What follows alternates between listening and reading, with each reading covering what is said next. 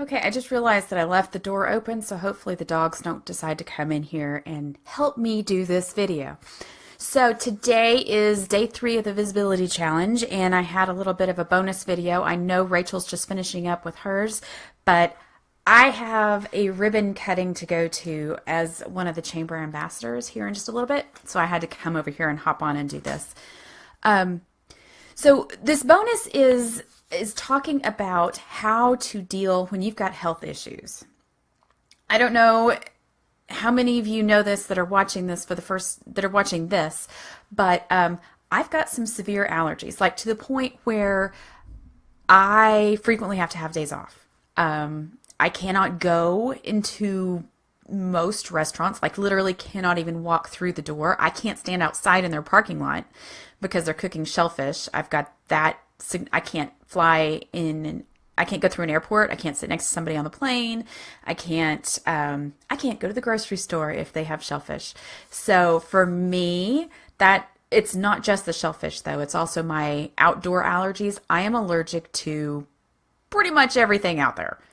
And not just a little allergic, like seriously allergic. So in the springtime, especially, really fall starts getting better. Winter is great as long as it hasn't been a warm winter like this past one, which was not as much fun.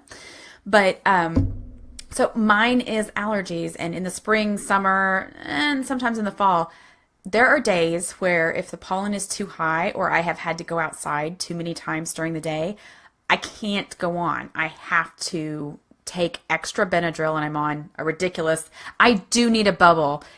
We joke about that all the time, Stephanie, but I seriously need a bubble. And if somebody will invent me one to go through the airport that TSA won't look at me sideways, that would be awesome. But there are days where I lie in bed because I can't get up. I've had to take so much extra medicine that I am a walking zombie. You'll see it sometimes on the podcast. We'll joke that it's a Benadryl day, and Rachel's not quite sure what she's going to have to deal with. It's a little challenging at times. So for me, my home is my safe spot. Like going out the door to get into the car on some days is more than I can handle. So what do you do when there are just days when you can't people? And there are lots of days like that for me.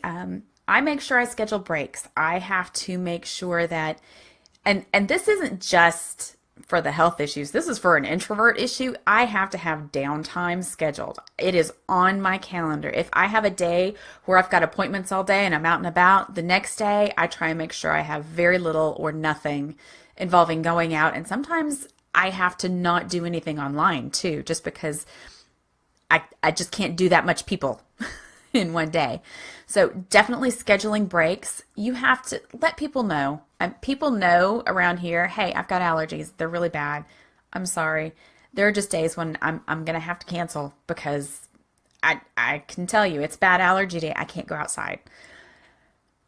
It's a fact of life. It's one of those things that I deal with. It's not like I can't live, but people know, and they're pretty accepting when I have to cancel. I try not to.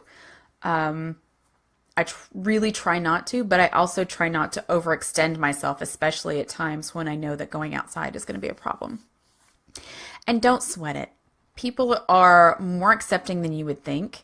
I have worked with people who have fibromyalgia. I have worked with people who have traumatic brain injuries and have severe migraines and have to take off lots of time for that. People are generally more understanding than we think they are. And if they're not, it's because they're jerks and probably not the kind of person that you want to be working with anyway. If you have any questions, if there's anything else I can help with as far as the health issues, let me know. 2 things I did forget to talk about earlier. Service groups are a great way to meet people. Go out and volunteer. You're helping somebody and you're getting to know people, and that's a good feeling. You're being active without having to feel like it's all about you. And when you go to gatherings, look for the people who look just as awkward, turtle lonely as you are, and go up and talk to them because they're waiting for somebody to talk to and they don't know how to break into a conversation either. You don't have to talk to everybody that's there. Pick 1 or 2 people. That's it. one or two people to talk to, and you are good. I can't think of any other tips that I have for the health issues other than seriously, people are really willing to work with you. My clients know I have to tell my clients ahead of time, hey, I can't be in your house if you have cooked shellfish, which is not a fun thing to have to tell people, but it's true, and it's kind of a life-threatening issue if I don't let them know. Upfront and honest, and oh gosh, Stephanie, that would be a perfect hashtag. In fact, I may start using it. Awkward Turtle Lonely. I love that. Like I said, I'm off to go do a ribbon cutting. This is one of those things as an ambassador I'm encouraged to go to as many as possible. But there are days when my allergies are so bad that even if I've committed to it, we will, Stephanie, we'll use that hashtag.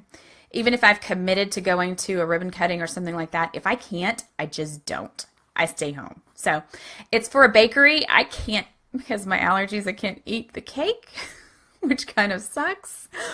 But it's an opportunity to get out and meet some people. And it makes people feel good to know that people are coming to their ribbon cuttings. Speaking of which, by the way, totally free. You can go to the Chamber's ribbon cuttings without being a member of the Chamber. I didn't mention that either. So that's something where you don't have to just go on their website and see when they've got ribbon cuttings. If it's something that you want to go to, somebody you want to know, or maybe someone that you want to know would be one of the people attending, go and do that. Say hello. It makes the company who's having the ribbon cutting feel good, and it makes you feel good too. All right, guys, I'm out of here. It's been fun. I will see you again tomorrow. Tomorrow is tomorrow's the day that's not my favorite day, because tomorrow is the video and the Facebook stuff. So doing video. Just a warning. It'll be fun. Rachel will make it all good, but I'll talk to you guys tomorrow. I'll be here in the group, but I'll be live again tomorrow morning. We'll see you then. Bye-bye.